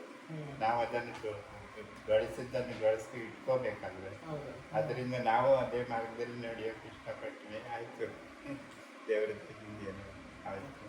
ಮತ್ತೆ ನಿಮ್ಮ ಪರ್ಸನಲ್ ಲೈಫ್ ಅಂದರೆ ನೀವು ಮದುವೆ ಇದೆಲ್ಲ ಯಾವಾಗ ಆಗಿದ್ದು? ಲೈಕ್ ಮದುವೆ ನಿಮ್ಮ ಅಜ್ಜಿಗೆ ಹೇಗೆ ಮೀಟ್ ಮಾಡಿದ್ರಿ? ನಿಮ್ಮ ಅವರಿಗೆ ನೋಡಕ್ ಹೋಗಿ ಫಸ್ಟ್ ದಿನ ಹೆಂಗಿತ್ತು? ನೀವು ನಮ್ಮ ಧರ್ಮಪತ್ನಿ ಅವರು ನಮ್ಮ ಸೋದರ ಮಾಮನ ಮಗಳು. ನಾನು ಹುಟ್ಟಿದಾಗೆ ಅವಳು ಹುಟ್ಟಿದಾಗೆ ಹೆಸರು ಹಾಕಿಟ್ಬಿಟ್ಟು ಓಕೆ. ನಾನು ಇದನ್ನೇ ಆದರೆ ನನ್ನಿಂದ ಒಂದು ತಪ್ಪಾಯಿತು. ಅವಳಿಗೆ ಬೇಗ ಮದುವೆ ಮಾಡ್ಕೊಳ್ಬೇಕಾಗಿತ್ತು. ನಾನು ಹೇಳ್ಕೊಂಡೆ ನಮ್ಮ ಹೆಂಡತಿ ವೈಜಂತಿ ಮಾಲ ಹೆಣ್ಣು ಈ ಥರ ಇರಬೇಕು ಅಂತ. ಅದಕ್ಕೆ ಲೇಟ್ ಮಾಡಿ ಮತ್ತು ಈಗಲೂ ನಾವು ಆದಮೇಲೆ ನನಗೆ ತಪ್ಪಿನ ಅರಿವಾಯಿತು. ಅದು ದೇವರು ಇಷ್ಟು ಒಳ್ಳೆ ಧರ್ಮಪತ್ನಿ ಕೊಟ್ಟಿದ್ದಾಳೆ. ನಾನು ದಿವಸಕ್ಕೆ 10 ಸಾರಿ ಏನು ಹೇಳಿದ್ರು ಅವಳು 1 ಸಾರಿನೂ ಏನು ಹೇಳಲ್ಲ. ಊಟ ಚೆನ್ನಾಗಿ ಮಾಡಿಬಿಡ್ತಾಳೆ. ಮತ್ತು ನೌಕರಿಯಲ್ಲೂ ಸ್ವಲ್ಪ ದುಡ್ಡು ಕಳಿಸಿ ಕುಟುಂಬಕ್ಕೂ ಸಹಾಯ ಮಾಡುತ್ತೆ. ಈಗ ಅವಳಿಗೆ ಪೆನ್ಷನ್ ಬರುತ್ತೆ. ಆ ಪೆನ್ಷನಲ್ಲೇ ನಮಗೊಂದು ದಿವಸ ಖರ್ಚಿಗೆ ದುಡ್ಡು ಕೊಡ್ತಾಳೆ. ಇನ್ನೇನು ಬೇಕು? ಇಷ್ಟೊಂದೆಲ್ಲ ಇದ್ದಾಗ ಇದಕ್ಕಿಂತ ಹೆಚ್ಚು ಲೇಟ್ ಆಯಿತು ಮದುವೆ. ನಾನು ಮದುವೆ ಆಗಿ ತುಂಬ ಲೇಟು. 38ನೇ ವರ್ಷದಲ್ಲಿ ಮದುವೆ ಆಯಿತು. ಅದಕ್ಕೆ ನಮ್ಮ ಮಗ ಹೇಳಿಬಿಟ್ಟ, ಪಪ್ಪ ಏನೇ ಆದರೂ ನನ್ನ ಮದುವೆ ಮಾತ್ರ ಬೇಗ ಮಾಡಬೇಕು 27ರಲ್ಲೇ ಅಂತ. ನಾವು ಮಾಡಿಬಿಟ್ವಿ. ಮಗಳಿಗೂ ಅಷ್ಟೇ 27ರಲ್ಲಿ ಮಾಡಿಬಿಟ್ವಿ. ಈಗೆಲ್ಲ ಸೊ ನೀವು ನಾನು ಕೇಳಿರೋ ಪ್ರಕಾರ ನೀವು ವಿದೇಶಕ್ಕೆಲ್ಲ ಹೋಗಿ ಅಲ್ಲೂ ಕೆಲಸ ನಿಮ್ಮ ಕಾಂಟ್ರಿಬ್ಯೂಷನ್ ಕೊಟ್ಟು ಈ ಭಾರತಕ್ಕೆ ವಾಪಸ್ಸಾಗಿದ್ದೀರಾ? ಸೊ ಅದ್ರ ಬಗ್ಗೆ ಏನಾದ್ರು ಹೇಳ್ಬೋದಾ? ಯಾವ ದೇಶಕ್ಕೆ ಹೋಗಿದ್ದೀರಾ? ನಾನು ಎಂಜಿನಿಯರ್ಸ್ ಇಂಡಿಯಾ ಲಿಮಿಟೆಡಲ್ಲಿ ಕೆಲಸ ಮಾಡ್ತೀನಿ. ನಮ್ಮ ಕಂಪ್ನಿಯ ವತಿಯಿಂದ, ನಮ್ಮ ದೇಶದ ನಮ್ಮ ಇಲಾಖೆ ವತಿಯಿಂದ ನನಗೆ ಇರಾನ್, ಅಬುದಾಬಿ ಈ ಕಡೆ ಎಲ್ಲ ನಮಗೆ ದೀರ್ಘಾವಧಿ ಸೇವೆಗಳಂತ ನಿರೀಕ್ಷೆ ಮಾಡಿ ಕಳಿಸಿದ್ರು. ಈ ಕಾಲದಲ್ಲಿ ನಾವು ಗೌರ್ಮೆಂಟು ನಮಗೆ ದುಡ್ಡಿನ ವಿಷಯದಲ್ಲಿ ಏನು ಹೆಚ್ಚು ಇರ್ತಿರಲಿಲ್ಲ. ಆದರೆ ಅನುಭವ, ಅಧಿಕಾರ, ಒಂದು ಮರ್ಯಾದೆ ಇದು ತುಂಬ ಸಿಕ್ತು. ಅಲ್ಲಿ ಜನಗಳು ನಮ್ಮನ್ನು ತುಂಬ ಚೆನ್ನಾಗಿ ನೋಡ್ಕೊತಿದ್ರು. ಯಾಕಂದರೆ ನಾವು ರಾಷ್ಟ್ರದ ಒಂದು ನಮ್ಮ ದೇಶದ ದೇಶವನ್ನು ನಾವು ಹ್ಮ್ ಇದು ಮಾಡ್ತೀವಿ, ಪ್ರಕಟ ಮಾಡ್ತಿದ್ವಲ್ಲ, ಹಾಗಾಗಿ ನಮಗೆ ತುಂಬ ಮರ್ಯಾದೆ ಕೊಡ್ತಿದ್ರು. ಹೀಗಾಗಿ ಅದು ಒಂದು ವಿಶಿಷ್ಟವಾದ ಅನುಭವ ಆಗಿತ್ತು. ನಾನು ಇರಾನ್ನಲ್ಲಿದ್ದಾಗ ಇರಾನ್ ಮತ್ತು ಇರಾಕ್ ಘೋರ ಯುದ್ಧ ಹೌದು ನಡೀತಿತ್ತು. ಹೌದು ಬಟ್ ನಮಗೇನು ತೊಂದರೆ ಇರ್ತಿಲ್ಲ, ನಮಗೆ ಭದ್ರತೆ ಇತ್ತು, ನಮಗೆಲ್ಲ ಈ ಹ್ಮ್ ಸೌಕರ್ಯ ಇದ್ದದ್ರಿಂದ ನಮಗೇನು ತೊಂದರೆ ಆಗಿಲ್ಲ. ಸೊ ಇರಾನ್ ಒಂಥರ ಯುದ್ಧ ಪೀಡಿತ ಪ್ರದೇಶ. ಏನಾದ್ರು ಒಂದು ಯಾವ್ದಾದ್ರು ಘಟನೆ ಇದೆಯಾ ನೀವು ಮರೆಯೋಕ್ಕಾಗದಿರೋ ಘಟನೆಯಲ್ಲಿ? ಅಲ್ಲಿ ಜನಗಳು ತುಂಬ ತುಂಬ ಇದು ಸಾಫ್ಟ್ ಆಗಿದ್ರು. ಇಂಡಿಯನ್ಸ್ ಅಂದರೆ ತುಂಬ ಅವರು ಮರ್ಯಾದೆ ಕೊಡೋರು.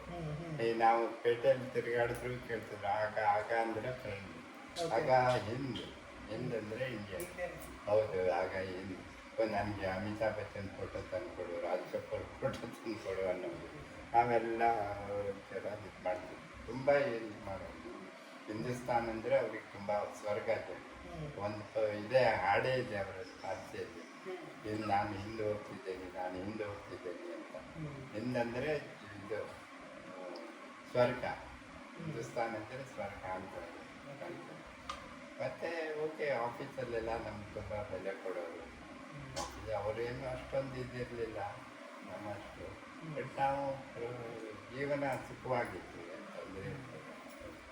ಸೊ ಅವಾಗಿಂದ ನಿಮ್ಮ ಈಗ 40 to 60 ಇದೆಯಲ್ಲ ಆ ಏಜ್, ಸೊ ಅವಾಗಿನ ಲೈಫ್ ಸ್ಟೈಲ್ ಹೇಗಿತ್ತು ನಿಮ್ಮದು? ಲೈಕ್ ಯಾವ ಥರ ನಿಮ್ಮ ವೀಕೆಂಡ್ಸಲ್ಲಿ ನೀವೇನು ಮಾಡ್ತಿದ್ವಿ, ಮತ್ತು ಡೈಲಿ ಆಫೀಸ್ಗೆ ಹೋಗಿ ಬಂದಾಗ ನೀವು ಹೇಗೆ ಕಾಲ ಕಳೀತಿದ್ವಿ? ಏನು ಅವಾಗಿನ ಕಾಲದಲ್ಲಿ ನಾನು ಕೇಳಿರೋ ಪ್ರಕಾರ ಟಿ ವಿ ಇರಲಿಲ್ಲ.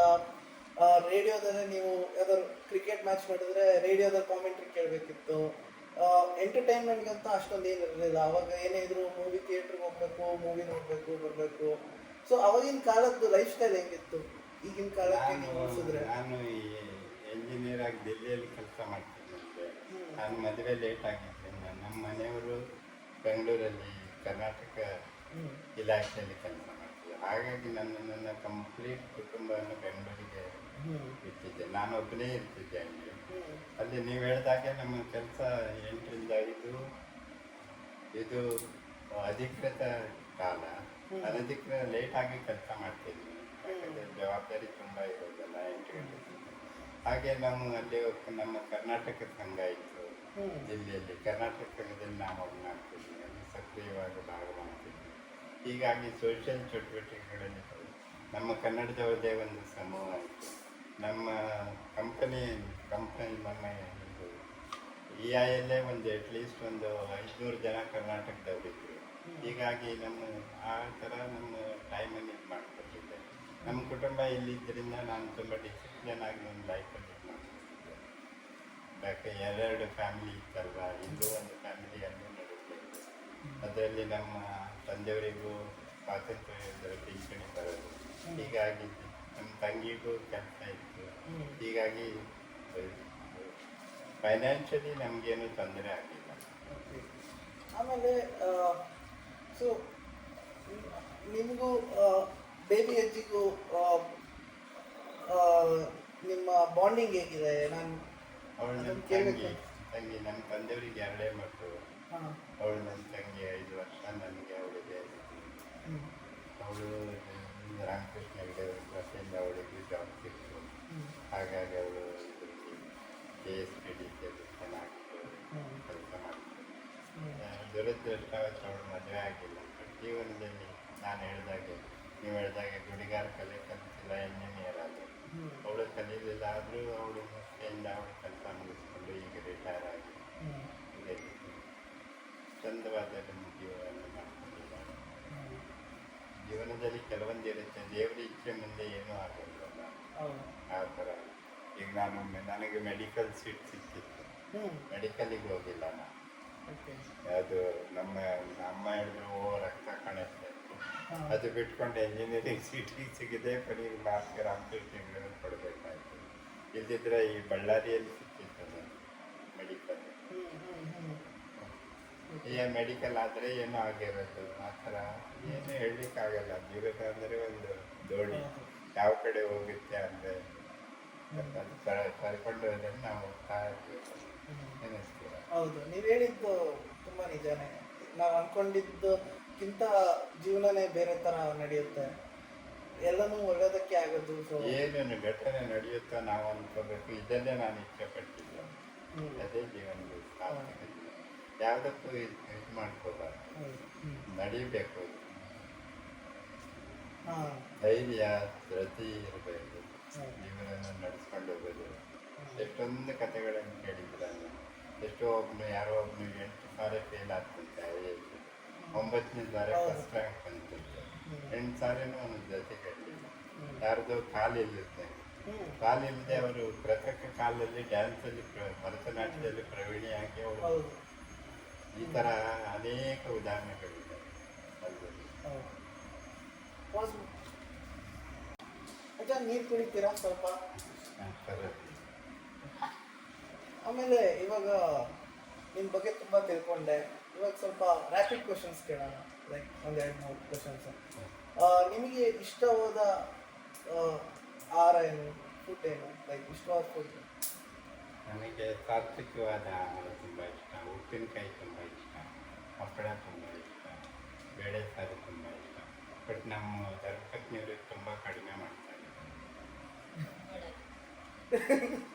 ಸೊ ಗುಡಿಗಾರ ಅಂದರೆ ಅಲ್ಗನೆ ಮಂಚಗ ಅಂದರೆ ಅಲ್ಗನೆ ಪ್ರಿಯ. ಸೊ ನಿಮಗೆ ನಾನು ನಿಜವಾಗಿ ಹೇಳ್ಬೇಕಂದ್ರೆ, ನಾನು ಚಿಕ್ಕಂದಿನಲ್ಲಿ ನನಗೆ ತುಂಬ ಇಷ್ಟವಾದ ಆಹಾರ ಅಂದರೆ ಇದೆ ಅಲ್ಗನೆ. Okay, fish. ನಮ್ಮ ಅಜ್ಜನ ಮನೆಯಲ್ಲೂ ಇದು ದಿನಾಲೂ ಬೇಕು. ನಿಮಗೆ ಹೇಳಿದ್ರೆ ನೀವು ಆಶ್ಚರ್ಯವಾಗ್ಬೋದು. ಗಣಪತಿ ಹಬ್ಬದ ದಿನಾನು ನಮ್ಮ ಅಜ್ಜಿ ನಮಗೆ ಬಂಗಡೆ ಮೀನಿನ ಸಾರು ಮಾಡಿಕೊಡೋದು. ನಾನು ಅದು ಬೇಕು ಅಂತ ಮಾಡೋದು, ಪಂಚು ಮುಚ್ಚಿ ಮಾಡ್ತಿದ್ರು. ಆಮೇಲೆ ಊಟ ಮಾಡ್ತಾ ಒಂದ್ಸಾರಿ ನನಗೊಂದು ವಿಚಿತ್ರ ಘಟನೆ ಆಯಿತು. ನಾನು ಹೈದರಾಬಾದಲ್ಲಿ ಕೆಲಸ ಮಾಡ್ತಿದ್ದಾಗ ಒಂದು ಹೋಟೆಲಿಗೆ ಹೋದೆ. ಅಲ್ಲಿ ನಾನು ಇದನ್ನು ಕೇಳಿದೆ, ಮಟನ್ ಬಿರಿಯಾನಿ. ಅವಾಗ ಅದು ಏನೋ ನನಗೆ ಸಂಶಯ ಬಂತು. ಆ ದಿನದಿಂದ ನಾನು ಮಟನ್ ತಿಂದಿದ್ದು. ಈಗ ಸದ್ಯದಲ್ಲಿ 1 ವರ್ಷ ಆಯಿತು ನಾನು ವ್ಯವಚಾರವನ್ನು ಬಂದ ನಂತರ ಈ ನಾನ್ ವೆಜಿಟೇರಿಯನ್ ಬಿಟ್ಟಿದ್ದೀನಿ. ಕೆಲವೊಮ್ಮೆ ಅನಿಸುತ್ತೆ ಯಾಕೆ ಬಿಟ್ಟೆ ಅಂತ, ಬಟ್ ಆಯಿತು, ಅದನ್ನು ನಡೆಸ್ಕೊಂಡು ಹೋಗ್ಬೇಕಲ್ಲ, ಎಲ್ಲಿ ತನಕ ಆಗುತ್ತೆ ನೋಡೋಣ. ಈ ವೆಜಿಟೇರಿಯನ್ ಪ್ರಯತ್ನ ಮಾಡ್ತೀನಿ. ಓಕೆ. ಸೊ ಇವಾಗಿನ ಕಾಲದ ಮಾಡರ್ನ್ ಇನ್ವೆನ್ಷನ್ಸ್ ಅಲ್ಲಿ ಅವಾಗ ಇರಬೇಕಿತ್ತು ಅನ್ನೋ ಒಂದು ಇನ್ವೆನ್ಷನ್ ಯಾವುದು ನಿಮ್ಮ ಪ್ರಕಾರ? ಆಗಿನ ಕಾಲದಲ್ಲಿ ನೀವು ಸ್ಕೂಲ್ಗೆ ಹೋಗ್ಬೇಕಾದ್ರೆ, ಕಾಲೇಜ್ಗೆ ಹೋಗ್ಬೇಕಾದ್ರೆ ಇರಬೇಕಿತ್ತು ಅನ್ನೋ ಒಂದು ಇನ್ವೆನ್ಷನ್ ಏನು? ಒಂದು ಮಹತ್ತರವಾದ ಒಂದು ಇನ್ವೆನ್ಷನ್ ಅಂದರೆ ಇಂಟರ್ನೆಟ್. ಓಕೆ. ಇಂಟರ್ನೆಟ್ ಇದ್ದರೆ ಎಷ್ಟು ಈಗ ಜಗತ್ತನ್ನೇ ನಾವು ಈಗ ಇಂಟರ್ನೆಟ್ ಮಾಧ್ಯಮದಿಂದ ಪ್ರತಿಯೊಬ್ಬರನ್ನು, ಈಗ ನಾನು ಹಿಂದಿನ ದಿನವೇ ನಾನು ಯಾವುದೋ ಒಂದು ಯೂಟ್ಯೂಬ್ ನೋಡ್ತಾ ಇದ್ದೆ. ಒಬ್ಬ ಮಗುಗೆ ಯಾರೋ ಕೇಳ್ತಾನೆ ತಂದೆ, ಏನಮ್ಮ ಏನು? ಇಲ್ಲ, ನಾನು ಅಮೆರಿಕನಲ್ಲಿ ಮದುವೆ ಆಗಬೇಕು. ಅದು ಯಾಕಮ್ಮ ನೀನು ಹೋಗೇ ಇಲ್ಲ ಅಲ್ಲಿ? ಇಲ್ಲ, ನಾನು ಇಂಟರ್ನೆಟ್ಟಲ್ಲಿ ನೋಡಿದ್ದೇನೆ, ಚಾಟ್ ಆಗಿದೆ, ಚೆನ್ನಾಗಿದ್ದಾನೆ ಅವನ ಮನುಷ್ಯ, ಜಾಕ್ಸನ್ ಅಂತ. ಈ ಥರ ಅಂದರೆ ಜಗತ್ತನ್ನು ಎಷ್ಟು ಹತ್ತಿರ ಮಾಡಿಬಿಡ್ತು ಜಗತ್ತು. ಇದೊಂದು ಬಹುಶಃ ವಿಸ್ಮಯವಾದ ಒಂದು ಆವಿಷ್ಕಾರ ಅಂತ ನನ್ನ ಅನುಭವ, ನನ್ನ ಅನಿಸಿಕೆ. ಅಜ್ಜಿಗೊಂದು ಸಾಂಗ್ ಡೆಡಿಕೇಟ್ ಮಾಡಬೇಕು ಅಂದರೆ ನೀವು ಯಾವ ಸಾಂಗ್ ಡೆಡಿಕೇಟ್ ಮಾಡ್ತೀರಾ? ಅವಳ ಹೆಸರು ರಾಧಾ. ರಾಧಾ ಮಾಧವ ವಿನೋದ ಹಾಸ, ಯಾರು ಮರೆಯದ ಪ್ರೇಮ ವಿಲಾಸ ಹಾಕೊಂಡು. ಮತ್ತೆ ಒಂದು ಲಾಸ್ಟ್ ಕ್ವಶನ್. ನೀವು ಇಷ್ಟು ವರ್ಷ ಬೆಳೆಸ್ಕೊಂಡು ಅಂದರೆ ನಿಮ್ಮ ಪೇರೆಂಟ್ಸಿಂದ ಬಂದಿರೋ ಟ್ರೆಡಿಷನ್ ನಿಮ್ಮ ಮುಂದೆ ಹೋಗೋ ಜನ್ರೇಷನ್ಗೆ ಯಾವ ಥರ ಹೋಗ್ಬೇಕದು ಅನ್ನೋ ಏನಾದ್ರು ಅಭಿಪ್ರಾಯ ಇದೆಯಾ? ನಾನು ಈ ವಿಧಿಯ ನಿಯಮ ಹೀಗಿತ್ತೋ ಏನೋ, ನನ್ನ ಮಕ್ಕಳು ಕೂಡ ಈ ಕಲೆಯಲ್ಲಿ ಬಂದಿಲ್ಲ. ಒಬ್ಬಳು ಇಂಜಿನಿಯರು, ಇನ್ನೊಬ್ಬ ಡಾಕ್ಟರ್ ಆಗಿದ್ದಾನೆ. ಆಯಿತು. ಇನ್ನು ನನ್ನ ಅಭಿಲಾಷೆ ಏನಂದರೆ, ಯಾವುದೇ ಒಂದು ಸಂಸ್ಥೆ ಈಗ ಈ ಕಲಾವಿದಕ್ಕೆ ಪ್ರೋತ್ಸಾಹ ಕೊಡೋದು ಅಥವಾ ಕಲಿಸೋದಿದ್ದರೆ ನಾನು ಅದಕ್ಕೆ ಯಾವುದೇ ರೀತಿಯಿಂದ ಒಂದು ಸಹಾಯ ಮಾಡೋದು ನನ್ನ ಇಚ್ಛೆ ಇದೆ.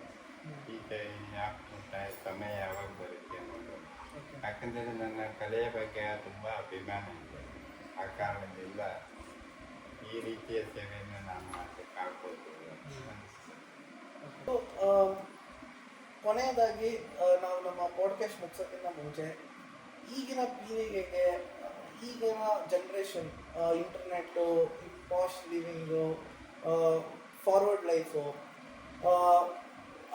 ಲೈಕ್ ಜನರಿಗೆ ಒಬ್ಬರ ಮೇಲೆ ಲೈಕ್ ಅನಿಸಿಕೆ ನಡೀತಾ ಇರೋ ಜೀವನ ಲೈಫ್ ಸ್ಟೈಲು, ಆಮೇಲೆ ನಮ್ಮ ಜಾತಿನಲ್ಲೇ ನೀವು ನೋಡಿದ್ರೆ ಡಿವೋರ್ಸ್ ರೇಟು, ಇದೆಲ್ಲ ತುಂಬ ದುಃಖಕರ ಸಂಗತಿಗಳು ತುಂಬ ಇದೆ. ಇದಕ್ಕೆ ನಿಮ್ಮ ಅಭಿಪ್ರಾಯ ಏನು? ಈಗಿನ ಮುಂದಿನ ಜನ್ರೇಷನ್ಗೆ ನೀವು ಕೊಡುವ ಒಂದು ಒಳ್ಳೆಯ ವಿಷಯ ಏನು ಹೇಳಬೇಕು ಅಂದ್ಕೊಂಡಿದ್ದೀರಾ? ಇದು ಜಗತ್ತಿನ ನಿಯಮ, ಏನು ಮಾಡೋಕ್ಕಾಗಲ್ಲ. ನಾವು ಓದಬೇಕಾದ್ರೆ ನಾವು ಆ ಥರ ನೋಡಿದೆ. ಈಗ ಓದಬೇಕಾದ್ರೆ ಈಗಿನ 3 ವರ್ಷದ ಮಕ್ಕಳೇ ಎಷ್ಟೊಂದು ಜಾಣರು ಇರ್ತಾರೆ. ನಾವು 3 ವರ್ಷದ ಮಕ್ಕಳಿಗೆ ನಮಗೆ ಒಂದು ಅರ್ಥ ಬರೆಯಕ್ಕೆ ಬರ್ತಿರ್ಲಿಲ್ಲ. ಈಗ ಮಕ್ಕಳು ಯೂಟ್ಯೂಬ್ ನೋಡ್ತಾರೆ. ಅದು ಜಗತ್ತಿನ ನಿಯಮ ಇದೆ. ಏನು ಈ ಜಗತ್ತು ಈ ಥರ ಇದಕ್ಕೆ ಅವಗತಿ ಅಂತಿರೋ ಅಥವಾ ಉನ್ನತಿ ಅಂತಿರೋ ಅಂತ ಹೇಳೋಕ್ಕೆ ತುಂಬ ಕಷ್ಟ. ಈಗ ಎಷ್ಟೋ ಒಂದು ಉದಾಹರಣೆಗಳು ತುಂಬ ಒಳ್ಳೆಯದಿದೆ. ಈಗ ನಾವು ಬೆಂಗಳೂರಿಂದ ಮೈಸೂರು 1.5-1.5 ಗಂಟೆಯಲ್ಲಿ ಮುಟ್ಬೋದು.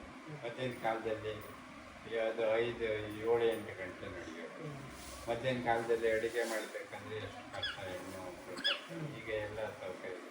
ಎಷ್ಟೊಂದು ಒಳಿತನ್ನು ನಾವು ನೋಡೋಣ, ಕೆಟ್ಟದ್ದು ಇರುತ್ತೆ. ಜಗತ್ತಿನಲ್ಲಿ ಈ ನಿಯಮ ಇದೆ. ರಾಮನ ಕಾಲದಲ್ಲೂ ಅದನ್ನ ಅರ್ಥ ಇಲ್ಲ. ಅವನು ಅವನ ವಿಚಾರನೂ ತುಂಬ ಅನೈತಿಕವಾಗಿದೆ. ಈಗಿನ ಕಾಲದಲ್ಲಿ ಅದು ನಾವು ಒಳಿತನ್ನೇ ಕೆಟ್ಟದನ್ನೇ ನೋಡ್ತಾ ಹೋದ್ರೆ ಒಳಿತು ಎಷ್ಟೋ ಇದೆ, ಅದನ್ನು ನೋಡೋಣ. ಈ ಜಗತ್ತಿನ ನಿಯಮ. ಆದರೆ ಮನುಷ್ಯನಿಗೇನು, ಮನುಷ್ಯ ಅಂದವನು ಏನು, ಅವನಿಗೊಂದು ಚಿಂತನೆ ಮಾಡುವ ದೇವರು ಶಕ್ತಿ ಕೊಟ್ಟಿದ್ದಾನೆ. ಪ್ರಾಣಿಗಳಿಗೆ ಅದಿಲ್ಲ, ಮನುಷ್ಯನಿಗೆ ವಾಕ್ಚಾತುರ್ಯ ಇದೆ, ಚಿಂತನೆ ಮಾಡುವ ಶಕ್ತಿ. ಯಾವುದು ಒಳ್ಳೆಯದು ಯಾವುದು ಕೆಟ್ಟದ್ದು ನಾವೇ ನಿಶ್ಚಯ ಮಾಡಬೇಕು ಜಗತ್ತಿನಲ್ಲಿ. ನಾವು ಡಯಾಬಿಟಿಸ್ ಇದೆಯಪ್ಪ, ನಾನು ಸಕ್ಕರೆ ತಿನ್ನಬಾರ್ದು, ಇದು ನೈತಿಗೆ ಒಂದು ನಿಶ್ಚಯ ಮಾಡಬೇಕು. ಇಲ್ಲ ನನಗೆ ಇಷ್ಟ ಸಕ್ಕರೆ, ಸ್ವೀಟ್ ಇಲ್ಲದೆ ನಾನು ಯಾವತ್ತೂ ಇರಲ್ಲ, ಸ್ವೀಟ್ ತಿನ್ನಲೇಬೇಕು, ಏನಾದರೂ ಆಗಿ ನೋಡ್ಕೊಳ್ಳೋಣ. ಈ ರೀತಿ ಇದೆ. ನಮ್ಮ ಚಿಂತನೆಯನ್ನು ನಾವೇ ಮಾಡಬೇಕು. ನಮ್ಮ ಮನುಷ್ಯನ ಯಾರಿಗೂ ನೀವು ನಿಮ್ಮ ಮನಸ್ಸಿಗೆ ಮೋಸ ಮಾಡೋಕ್ಕಾಗಲ್ಲ. ಯಾರಿಗೂ ಜಗತ್ತಲ್ಲಿ ಮೋಸ ಮಾಡ್ಬೋದು. ಈ ಗಾಂಧಿಯವರೇ ಆದರೂ ಅವರಿಗೂ ಅವರ ಚಿಂತನೆ ಅವರು ಮೋಸ ಯಾವತ್ತೋ ದಿನದಲ್ಲಿ ಅವರಿಗೆ ಆಗಿರುತ್ತೆ. ಭಾರತವನ್ನು ಇಬ್ಬಾಗ ಮಾಡಿಬಿಟ್ನಲ್ಲ ಅಂತ ಅಲ್ವೇ? ಈ ಥರ ಜನರಿಗೆ ಹೇಗೆ ಇರಲಿ, ಈ ಥರ ಒಂದು ಇದ್ದೇ ಇರುತ್ತೆ. ಆ ಕಾರಣದಿಂದ ನಮ್ಮ ಒಳಿತು ಕೆಳಿತು ಇದು ಯಾವುದು ಒಳಿತು, ಶಂಕರಾಚಾರ್ಯ ನೀವು ಅನುಕರಣೆ ಮಾಡಿದ್ರೆ ಅದ್ವೈತ ಸಿದ್ಧಾಂತದಲ್ಲಿ ಒಂದೇ, ಎಲ್ಲವೂ ಒಂದೇ ಅಲ್ವಾ? ಅದಕ್ಕೆ ಇದರಲ್ಲಿ ವಿರೋಧಾಭಾಸನೇ ಇಲ್ಲ. ಒಳಿತು ಕೆಡುಕಲ್ಲಿ ತುಂಬ ಅಂತರ ಕಡಿಮೆ ಇದೆ. ಕೊನೆಯ ವಿಷಯ ಏನು ಅಂದರೆ, ನೀವು ಹೇಳ್ದಂಗೆ ನಿಮ್ಮ ಜೊತೆ ನಿಮ್ಮ ಕುಟುಂಬದಲ್ಲಿ 25 ಜನ ಇದ್ರಿ, ಒಟ್ಟುಗೂಡಿದ ಕುಟುಂಬ, ಜಾಯಿಂಟ್ ಫ್ಯಾಮಿಲಿ. ಈಗಿನ ಜನ್ರೇಷನ್ ಏನು ಅಂದರೆ ನ್ಯೂಕ್ಲಿಯರ್ ಫ್ಯಾಮಿಲೀಸು. ತುಂಬ ಸತಿ ನಾವು ನೋಡೋದೇನು ಅಂದರೆ ಹಣ, ದುಡ್ಡು, ಆಸ್ತಿ, ಸಂಬಂಧಗಳಿಗಿಂತ ವ್ಯಾಲ್ಯೂ ಅದಕ್ಕೆ ಕೊಡ್ತಾರೆ. ಸೊ ನಿಮ್ಮ ಈಗಿನ ಜನ್ರೇಷನ್ ನೀವು ಏನು ಹೇಳಕ್ಕೆ ಬಯಸ್ತೀರಾ ಇದಕ್ಕೆ? ನಮ್ಮ ಲೈಫಲ್ಲಿ ನಾವು ಸಂಬಂಧಗಳನ್ನ ಬೆಲೆ ಜಾಸ್ತಿ ಕೊಡಬೇಕಾ ಅಥವಾ ದುಡ್ಡಿಗೆ ಜಾಸ್ತಿ ಕೊಡಬೇಕು? ದುಡ್ಡು ಬೇಕೇ ಬೇಕು ಜೀವನ, ಬಟ್ ದುಡ್ಡೇ ಸರ್ವಸ್ವ ಅಲ್ವೇ? ಜನಗಳು ಬೇಕೇ ಬೇಕು. ಮನುಷ್ಯ ಅಂದರೆ ಒಂದು ಸಂಗತಿ. ನಾನು ಒಬ್ಬನೇ ಇರ್ತೀನಿ ಅಂದರೆ ಎಷ್ಟಾದರೂ ಆಗೋಲ್ಲ. ಈಗ ನನಗೆ 76 ವರ್ಷ, ನಾನು 26 ವರ್ಷದಲ್ಲಿ ಇರ್ಬೋದು, ನಾನು ಒಬ್ಬನೇ ಇರ್ಬೋದು. ಈಗ ಯಾರಾದರೂ ಎತ್ಕೊಂಡು ಬರಬೇಕು, ಕೈ ಹಿಡಿಬೇಕಂದ್ರೆ ನಮ್ಮ ಮೊಮ್ಮಗಳು ಬರಬೇಕು, ನೀನು ಬರಬೇಕು, ಮೊಮ್ಮಗ ಬರಬೇಕು ಅಲ್ವೇ? ಈ ಥರ ಮನುಷ್ಯ ಸಂಘಜೀವಿ ಆಗಿದ್ದರಿಂದ ನಾವು ಎಲ್ಲರ ಜೊತೆಯಿಂದ ಸಮನ್ವಯವಾಗಿ ನೋಡ್ಕೋಬೇಕು. ಈಗ ಇದು ನ್ಯೂಕ್ಲಿಯರ್ ಫ್ಯಾಮಿಲಿ ಅವೆಲ್ಲ ಓಕೆ, ಯಾಕಂದರೆ ಈಗಿನ ಕಾಲದಲ್ಲಿ ಈಗ ದೊಡ್ಡ ಫ್ಯಾಮಿಲಿ ಇಟ್ಕೊಂಡು ನೀವು ಒಂದು ಮನೆಗೆ 20,000 ಬಾಡಿಗೆ ಕೊಡಬೇಕಂದ್ರೆ 25 ಜನ ಇರೋ ಮನೆಗೆ ಎಷ್ಟು ಆಗ್ಬೋದು ಬಾಡಿಗೆ? ಒಂದು 2 ಲಕ್ಷ ಒಬ್ಬ ಇಬ್ಬರೇ ದುಡಿಯೋದಿದೆ ಎಲ್ಲೇ ಆಗುತ್ತೆ. ಇದು ಈಗಿನ ಅನಿವಾರ್ಯತೆ. ಆದರೂ ನಾವು ನಮ್ಮ ಸಂಬಂಧ ಯಾಕೆ ಕಳ್ಕೊಬೇಕು? ನೀವು ದೂರ ಇದ್ದರೂ ತಂದೆ ತಾಯಿ, ಬಂಧು ಬಳಗ, ಫ್ರೆಂಡ್ಸು, ಗೆಳೆಯರು ಜೊತೆ ಸಂಬಂಧ ಇಟ್ಕೊಬೋದಲ್ವ? ಯಾವುದೇ ಯಾರಿಗೂ ಕಷ್ಟ ಕಾಲದಲ್ಲಿ ಅವ್ರಿಗೆ ಸಹಾಯ ಮಾಡ್ಬೋದು, ಏನು ತೊಂದರೆ ಇಲ್ಲ. ನಮ್ಮ ಮನಸ್ಸಿನ ಚಿಂತನೆ, ನಾವು ಯಾವ ರೀತಿ ವಿಚಾರ ಮಾಡ್ತೇವೋ ಅದೇ. ದುರ್ಯೋಧನಿಗೆ ಯಾರೋ ಕೇಳಿದ್ರಂತೆ, ಪಾಂಡವರು ಮತ್ತು ಕೌರವರು ಯಾರು ಕೆಟ್ಟವರು ಅಂತ ದುರ್ಯೋಧನ ಹೇಳಿದಂತೆ ಇವನು ಕೆಟ್ಟವನು ಅವನು ಕೆಟ್ಟವನು ಇವನು ಕೆಟ್ಟವನು ಅವನು ಕೆಟ್ಟವನು ನಾನೊಬ್ಬನೇ ಒಳ್ಳೆಯ. ಅದೇ ಧರ್ಮರಾಜನಿಗೆ ಅದೇ ಪ್ರಶ್ನೆ ಕಾಣಾಗೋದು, ಯಾರು ಕೆಟ್ಟವ್ರು ಕಾಣೋದಿಲ್ಲ, ಎಲ್ಲರೂ ಚೆನ್ನಾಗಿದ್ದಾರೆ. ಹೌದು. ಈ ಥರ ಒಂದೇ ಪ್ರಶ್ನೆಗೆ ಎರಡು ಅಭಾಸವಾದ ಉತ್ತರ ಬರುತ್ತೆ. ಅದಕ್ಕೆ ನಾವು ನಮ್ಮ ಚಿಂತನೆ, ನಮ್ಮ ವಿವೇಚನೆ, ಮನಸ್ಸಿನ ವಿವೇಚನೆ ಇದು ಮುಖ್ಯ. ನಾನು ಯಾರು ಅಂತ ಮನುಷ್ಯ ದಿನಾಲೂ ಚಿಂತನೆ ಮಾಡಿದ್ರೆ ಅವನಲ್ಲಿ ಒಳ್ಳೆಯತನ ಹೆಚ್ಚು ಹೋಗ್ತದೆ ಅಲ್ವೇ? ಇದು ನನ್ನ ಅನಿಸಿಕೆ. ಅದೇ ನಿಮ್ಮಿಂದ ಇವತ್ತು ತುಂಬ ಕಲಿತೆ ಮತ್ತು ತುಂಬ ತಿಳ್ಕೊಂಡೆ ತುಂಬ ವಿಷಯಗಳು. ನಮ್ಮ ಸಮಾಜ, ನಿಮ್ಮ ಲೈಫು ಮತ್ತು ಜೀವನದಲ್ಲಿ ತುಂಬ ಹೇಗಿರಬೇಕು ಮತ್ತು ಏಳು ಬೀಳು ಅದ್ರ ಬಗ್ಗೆ ಎಲ್ಲ ತುಂಬ ಧನ್ಯವಾದ. ನಮ್ಮ ಶೋಗೆ ಬಂದು ಒಂದು ಇದಕ್ಕೆ ಸಹಕರಿಸಿದ್ದಕ್ಕೆ ಮತ್ತು ನಮ್ಮ ವೀಕ್ಷಕರಿಗೂ ತುಂಬ ಧನ್ಯವಾದಗಳು. ಇಲ್ಲಿ ಕೇಳಿ ನಮ್ಮ ಪಾಡ್ಕ್ಯಾಸ್ಟ್ನ ವೀಕ್ಷಣೆ ಮಾಡಿದ್ದಕ್ಕೆ ನಿಮ್ಮ ಆಶೀರ್ವಾದ ಬೇಕು. ಆಮೇಲೆ ಏನೋ ನನ್ನ ಅನುಭವದ ಒಂದೆರಡು ಮಾತುಗಳನ್ನು ಹೇಳಿದ್ದೇನೆ. ಈ ಅವಕಾಶವನ್ನು ನೀವು ಕೊಟ್ಟಿದ್ದಕ್ಕೆ ಧನ್ಯವಾದಗಳು. ಯಾವುದೇ ಒಂದು ಅಪ್ಪು ತಪ್ಪಿದ್ದರೆ ನಮಗೆ ಆಯಿತು.